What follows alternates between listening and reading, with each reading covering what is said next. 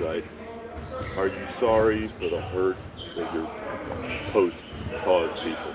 I take my responsibility for posting that. Some things that were questionable in there, untrue. Like I said, and the first time you guys asked me when I was sitting on that stage, I don't believe everything that everybody posts. It's a documentary. So I take my responsibility. It seems like Adam sort of wanted to hear the word "I apologize," or in your mind, you said, "I didn't mean to cause any harm." Were you apologizing, or did you not apologize? I didn't mean to cause any harm. I'm not the one that made the documentary. What are the specific things in the documentary that you don't believe are true and that you don't believe represent your wrongs? I think some of the criticism of the Jewish faith in the community, for sure. Some points made in there that were unfortunate. Kyrie, are you surprised that you did hurt people? Surprised that I did hurt people? Are you surprised that reaction and some of the things that you did hurt people? Yeah, I think I can ask a better question. It's just, where were you when I was a kid, figuring out that 300 million of my ancestors are buried in America? Where were you guys asking those same questions when I was a kid learning about the traumatic events of my familial history and what I'm proud to come from and why I'm proud to stand here and why when I repeat myself that I'm not going to stand down, it has nothing to do with dismissing any other race or group of people. I'm just proud of my heritage and what we've been through. And the fact that this has pinned me against the Jewish community. And I'm here answering questions of whether or not I'm sorry or not on something I didn't create. And it was something I shared. And I'm telling everybody I'm taking responsibility. Then that's where I sit. So, these same questions that you guys ask, me dealing with it as being a melanated, pigmented person all around the world and dealing with racial biases against my skin color, demeaning me because of my religious beliefs, and I'm still sitting in the seat standing. So I take my full responsibility. Again, I'll repeat it, for posting something on my Instagram or Twitter that may have had some unfortunate falsehoods in it. But I also am a human being that's 30 years old, and I've been growing up in a country that's told me that I wasn't worth anything, and I came from a slave class, and I come from a people that are meant to be treated the way we get treated every day. So I'm not here to compare anyone's atrocities or tragic events that their families have dealt with generations of time. I'm just here to continue to expose things that our world continues to put in darkness. I'm a light. I'm a beacon of light.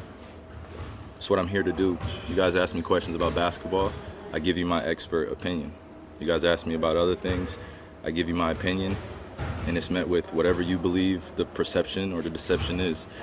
You guys investigate my life every day, and you justify it by serving your own purpose, which I honor. I would like the same respect in return, figuring out just like anyone else. So please keep that same energy when we're talking about anti-other things, because just because I post a documentary doesn't mean I'm anti-Semitic, and doesn't mean that I'm automatically standing with everyone that is believing in it. So it's unfortunate timing that we're in, but I'm glad that I could stand on the truth, because I'm not afraid of these mics, these cameras. I used to be, looking everyone in the eye and telling them the truth, and I'm proud of who I am. Any label that you put on me, I'm able to dismiss because I study. I know the Oxford Dictionary, you look it up, right? Just one of the biggest mistakes I had in being a kid was not knowing European or Western language until I started looking it up and understanding the definitions and why they say, if you want to trick a black person, put it in a book. I was wondering my whole life why they said that. Now I'm 30 years old and I know reading is a superpower because it helps me understand where I'm going and where I come from, like a tree with roots. Kyrie, the documentary listed among falsehoods, it said the Holocaust didn't happen. Do you believe the Holocaust those falsehoods happened? are unfortunate. And it's not that I don't believe in the Holocaust. I never said that. Never, ever have said it. It's not come out of my mouth. I never tweeted it. I never liked anything like it.